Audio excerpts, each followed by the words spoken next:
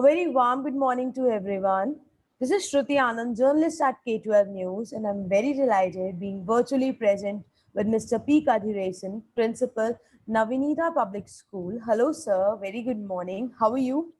Good morning, Ms. Shruti. I'm very good and happy to be here on this platform. Thank you so much for providing me this opportunity to be with all of you on this virtual platform.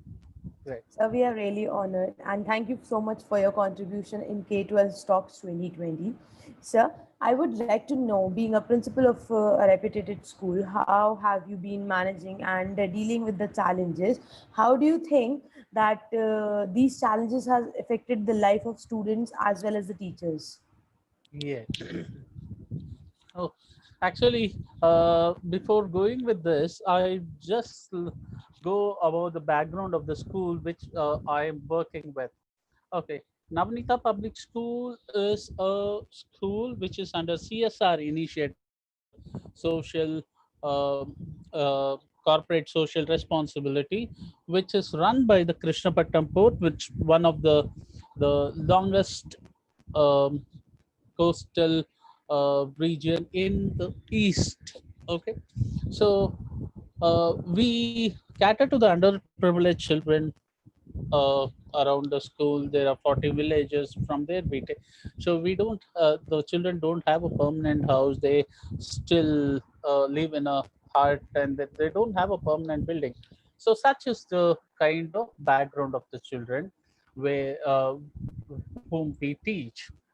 Now, given this scenario, they are sure they are economically weaker section, and now after the pandemic has set up kind of struck, we are we were all in a state of confusion. There was uh, nobody knew, nobody expected such a kind of situation. They were all standing at the crossroads, which direction to go, etc. And then the teaching community, the teaching fraternity, very very quickly grabbed the opportunity, and then got into the shoes using the technology, and then came the online teaching, etc. Now, teachers were not equipped with all the usage of the technology, but still very quickly, hats off to all the teachers, very quickly they were able to get into those online teaching mode, and then doing it very very planned and effective way. But there are schools, there are students, there are uh, areas like the school which I am talking about, Navanita Public School, where the children don't have enough uh, kind of gadgets. They don't have an Android gadget, Android phone. They don't have proper signal. The connectivity issues, all of them is a very serious issue when we talk about this online or offline. They are not able. We are not able to reach them because they don't have a proper Android phone. We don't have proper signals for them to reach, and such is the challenge. But still we are coping up with it in the most effective way, and children are also happy. Initially it was all excitement, fun for both the teachers and the children, because it was something new. Everybody used to tell don't use gadget, and then came what is like everything happened in the gadget.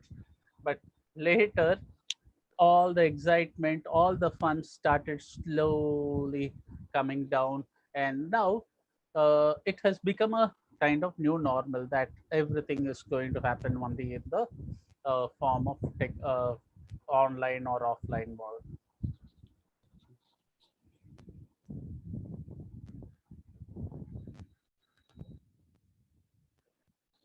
Ma'am, can you unmute? I'm sorry, sir, am I audible? There Yeah, was yeah. some problem. Yeah. Ah. So, sir, as you said that there have been these few challenges that the students do not have the phone, Android phones, or the virtual classes are dealing with such challenges. So, how have you been making changes, and how have you been dealing up? Because it's been 5 months since we are working from home. Everybody is supposed to be at their places. So how have you been dealing with these challenges? Very true.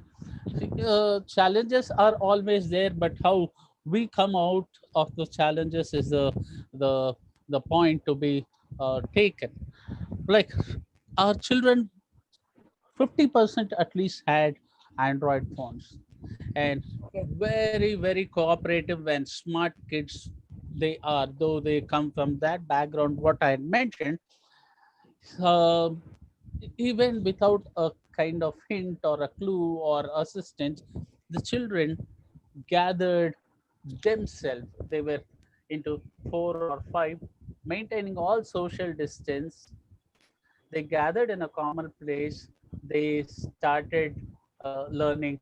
We only sent the material, the learning material through offline mode, probably a WhatsApp, a link, YouTube link, and the question answers, all those things. So they gathered themselves even without our assistance. They were so smart. They gathered themselves. They had they had gone through those offline mode links, whatever we had given. They discussed and they also answered any queries. They readily called up the teachers, and that's something very interesting.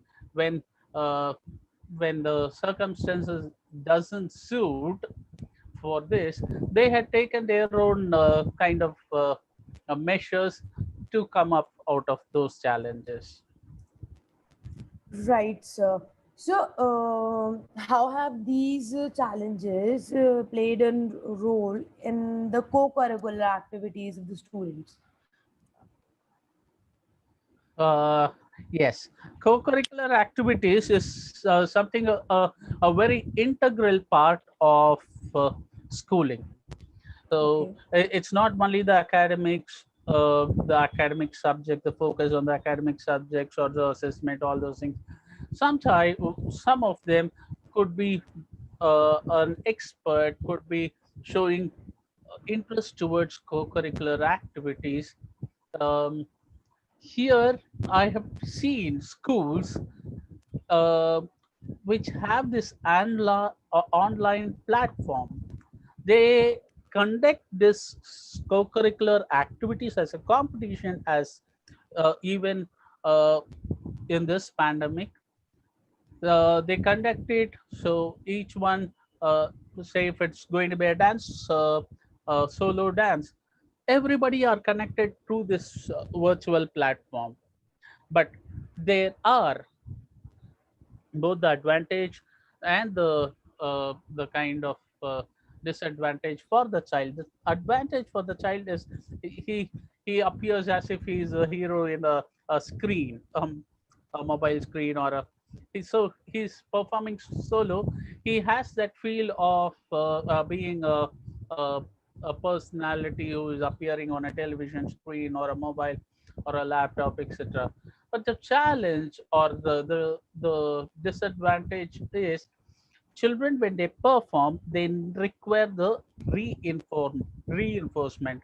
This reinforcements could be in the form of a clap, in form of a pat, well done, all those things, which only in the chat box you will see good, very good, all those things. That is but instead, if one of his teacher is going to pat him and very good, that brings a lot of difference. So co-curricular activities are happening in the virtual platform, but not we cannot equate it to the real time activities, whatever is happening. Right, sir. Very well said. So, sir, how about the basic disciplines or the punctualities that students used to learn while they were in the kindergarten classes? What has been the strategy there? What about the morning assemblies and such routines? What strategies are followed to make a change there? Yes.